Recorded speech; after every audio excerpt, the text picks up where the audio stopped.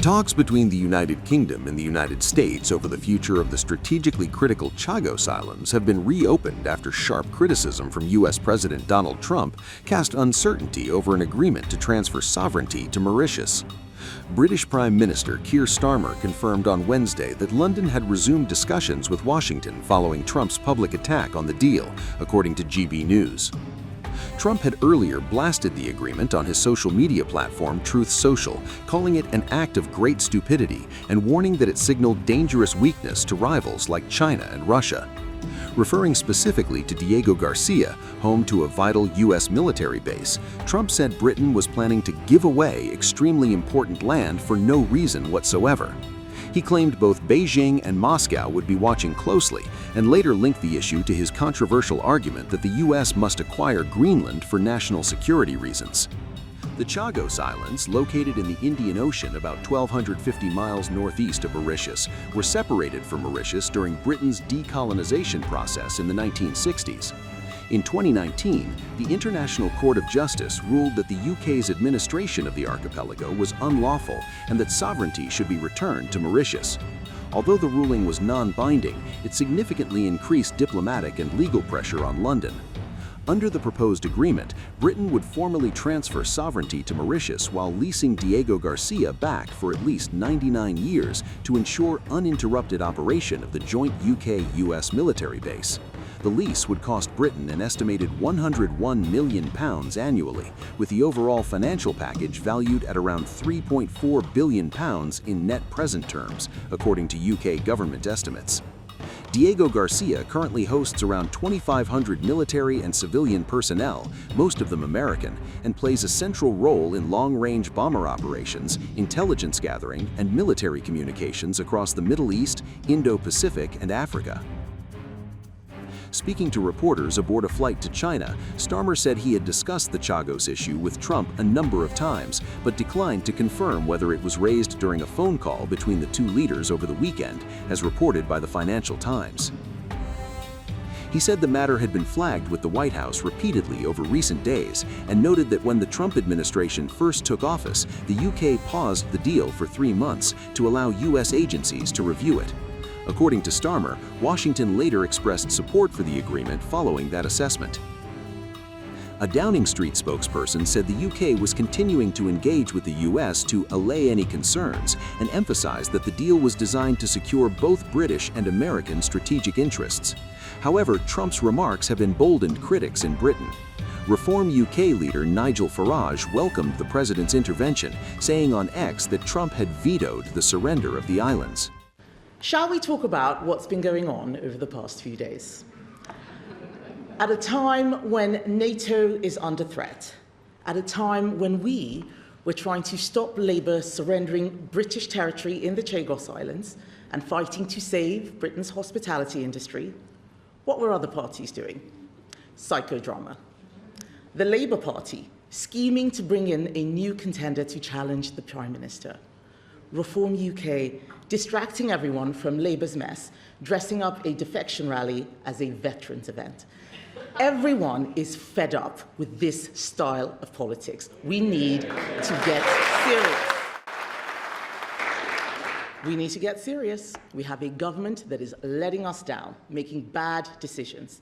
It is damaging our economy. It is crushing business. It is driving unemployment and inflation up. It is piling debt on us. It is giving away our sovereign territory. It is allowing our veterans to be dragged through the courts. They must be stopped, and they must be stopped with conservative policies and plans. The agreement has also faced sustained opposition from Britain's Conservative Party. Opposition leader Kemi Badenoch has described it as a surrender, arguing that the UK is paying billions to lease back territory it already controls, while warning that Mauritius maintains close ties with China and Russia. The controversy has now injected fresh uncertainty into a deal London argues is essential to uphold international law and protect long-term defense interests. In a new twist, Trump's Greenland push escalates dramatically, thousands of miles away in the Indian Ocean. The US president blasts the UK, weaponizing the Chagos Islands dispute to justify his Arctic ambitions. Donald Trump slammed the UK's decision to hand sovereignty of the Chagos Islands to Mauritius in a Truth Social post. He described the move as an act of great stupidity and total weakness, warning that China and Russia would take note. Trump said the decision was one of the reasons he now wants Greenland, framing the issue as part of a wider failure by allies to protect strategic territory. Trump claimed that under his second term, the United States is now being respected internationally like never before. He suggested that Washington could no longer rely on allies to safeguard critical military assets, pointing directly to Diego Garcia, home to a key U.S. base. The comments mark a sharp reversal in Trump's public position. When Prime Minister Keir Starmer announced the Chagos Agreement in May 2025, he said Trump had welcomed the deal and recognized the strategic importance of the Diego Garcia base. That account was supported by the U.S. Secretary of State at the time. Marco Rubio issued a statement saying Trump had expressed his support for what he called a monumental achievement. Rubio said the agreement reflected the enduring strength of the U.S.-UK relationship and pledged continued collaboration to promote security in the Indian Ocean and beyond. In addition, if we did not agree this deal, the legal situation would mean that we would not be able to prevent China or any other nation setting up their own bases on the outer islands or carrying out joint exercises near our base. So there's no alternative but to act in Britain's national interest. By agreeing to this deal now on our terms, we're securing strong protections, including from malign influence, that will allow the base to operate well into the next century, helping to keep us safe for generations to come. Trump himself appeared supportive earlier this year. During Starmer's visit to the Oval Office in February, Trump said the United States would likely back the deal, pointing to a long-term and powerful lease of around 140 years for the base. But now, Trump is publicly condemning the same agreement, calling it a surrender that undermines Western strength. His remarks come as the UK government advances legislation to implement the treaty with Mauritius.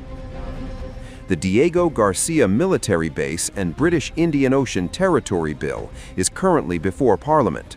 Its purpose is to enact the provisions of the May 2025 treaty covering the future of the Chagos archipelago, including the joint US-UK military base on Diego Garcia. The House of Commons is set to consider amendments from the House of Lords on 20th January. Under the deal, the UK agrees to hand over sovereignty of the Chagos Islands to Mauritius while retaining control of the military base through a leaseback arrangement. Prime Minister Sir Keir Starmer has said the 99-year lease will cost the UK £101 million a year. The islands were separated from Mauritius in 1965, when Mauritius was still a British colony. Britain bought the territory for £3 million, but Mauritius has long argued it was illegally forced to give the islands away as part of its independence settlement. The establishment of the Diego Garcia base displaced thousands of Chagosians from their homes. Many were resettled in Mauritius and the Seychelles, while others eventually moved to the UK, largely settling in Crawley in West Sussex.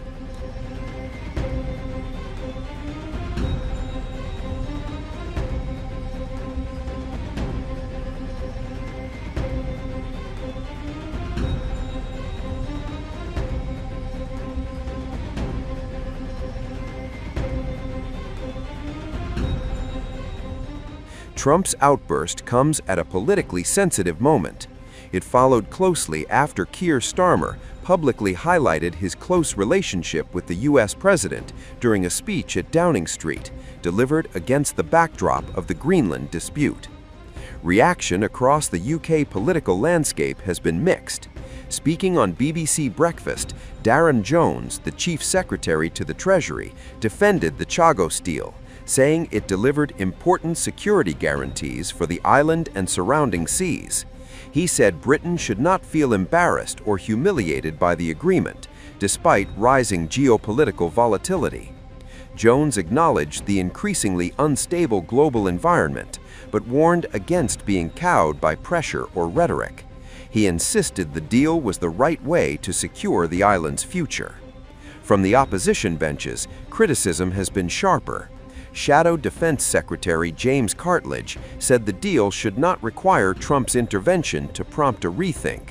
He argued the UK was committing tens of billions of pounds to lease back land it already owns, claiming the agreement was driven by fears of legal challenges he said had been debunked.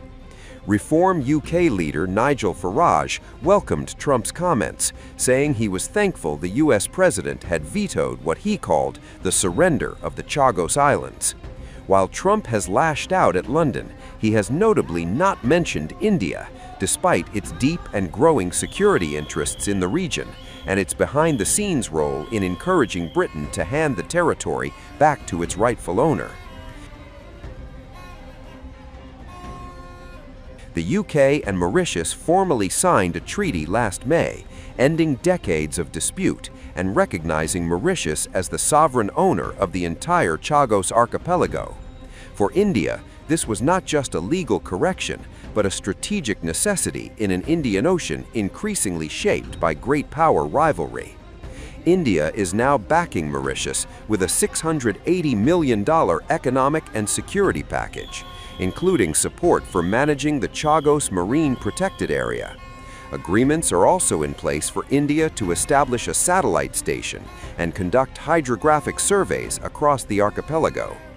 Trump's sudden pivot and his attack on the UK now threatens to disrupt this carefully balanced arrangement. The US will retain full access to Diego Garcia under a 99-year lease, reportedly costing around $100 million a year. But as with Greenland, the message is becoming clear. For Trump, access is not enough. Ownership appears to be the real objective.